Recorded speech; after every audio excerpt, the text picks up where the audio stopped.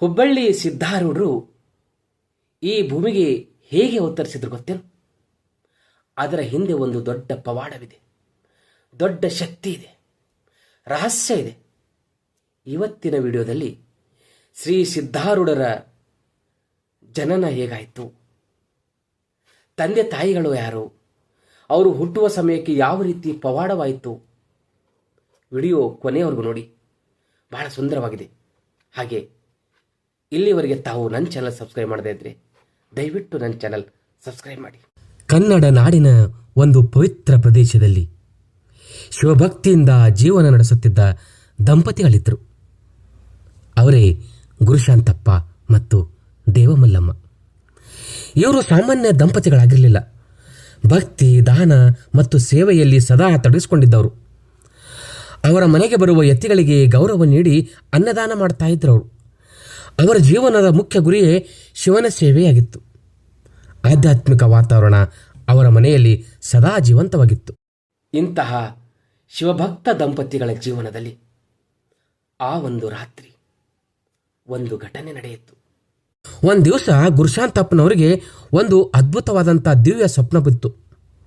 ಆ ಸ್ವಪ್ನದಲ್ಲಿ ಒಂದು ದಿವ್ಯ ಶಕ್ತಿ ತನ್ನೊಳಗೆ ಪ್ರವೇಶಿಸಿದಂತೆ ಅನುಭವವಾಯಿತು. ಅದರ ಜೊತೆಗೆ ನಿನ್ನ ಭಕ್ತಿಗೆ ಮೆಚ್ಚಿ ಪುತ್ರನಾಗಿ ಜನ್ಮ ತಾಳುವೆನು ಅಂತ ಒಂದು ಸಂದೇಶ ಅವರಿಗೆ ಕೇಳಿಬಂತು. ಇದೇ ಸಮಯದಲ್ಲಿ ದೇವಮಲ್ಲಮ್ಮಳಿಗೂ ಕೂಡ ಒಂದು ವಿಚಿತ್ರ ಅನುಭವವಾಯಿತು. ಒಂದು ಪ್ರಕಾಶಮಾನ ದಿವ್ಯ ಶಕ್ತಿ ತನ್ನ ಗರ್ಭದಲ್ಲಿ ನೆಲೆಸಿದಂತೆ ಅವಳು ಅನುಭವಿಸಿದಳು. ಈ ಇಬ್ಬರಿಗಾದಂತಹ ಅನುಭವ ಇದೆಯಲ್ಲ, ಸಾಮಾನ್ಯ ಅನುಭವ ಅಲ್ಲ, ಸಾಮಾನ್ಯ ಸಂಗತಿ ಅಲ್ಲ. ಒಬ್ಬ ಮಹಾನ್ ಯೋಗಿ, ಮಹಾನ್ ಶಿವನ ಅವತಾರಿಯೇ ಮತ್ತೆ ಬರ್ತಾ ಇದ್ದಾನೆ ಭೂಲೋಕಕ್ಕೆ ಅನ್ನುವಂಥ ಸೂಚನೆಗಳು ಇವಾಗಿದ್ದು. ಈ ಅನುಭವಗಳು ಸಾಮಾನ್ಯವಲ್ಲ, ಒಂದು ದಿವ್ಯ ಶಕ್ತಿಯ ಆರಂಭ. ಈ ದಿವ್ಯ ಅನುಭವಗಳ ನಂತರ ದೇವಮಲ್ಲಮ್ಮಳಿಗೆ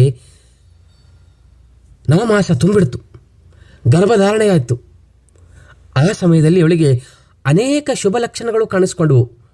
ಅವಳ ಮನಸ್ಸು ಸದಾ ಶಿವಧ್ಯಾನದಲ್ಲಿ ಲೀನವಾಗಿರ್ತಿತ್ತು.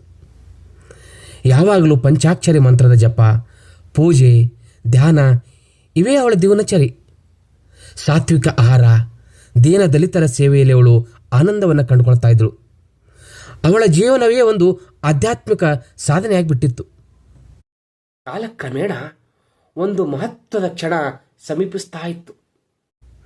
ಕಾಲಕ್ರಮೇಣ ದೇವಮಲ್ಲಮ್ಮಳಿಗೆ ನವಮಾಸಗಳು ಪೂರ್ತಿಯಾದವು.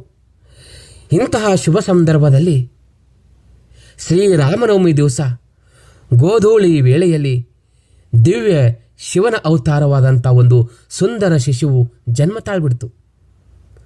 ಆ ಕ್ಷಣದಲ್ಲಿ ಪ್ರಕೃತಿಯಲ್ಲಿ ಒಂದು ವಿಶೇಷ ಚೈತನ್ಯ ಕಂಡು ಬಂದುಬಿಡ್ತು.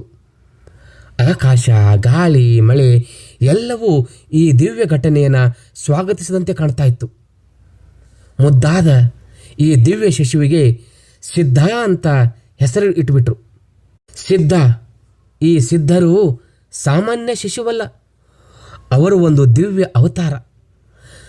ಅವರ ಜನನವೇ ಮಾನವ ಕುಲದ ಉದ್ಧಾರಕ್ಕಾಗಿ ನಡೆದಂಥ ಮಹತ್ವದ ಘಟನೆ ಅದು. ಅವರ ಜೀವನವನ್ನು ನಾವು ಗಮನಿಸಿದರೆ ಅವರು ಆರಂಭದಿಂದಲೇ ಮಹಾದೇವರ ಅವತಾರವಂತ ನಮಗೆ ಭಾಸವಾಗ್ತದೆ.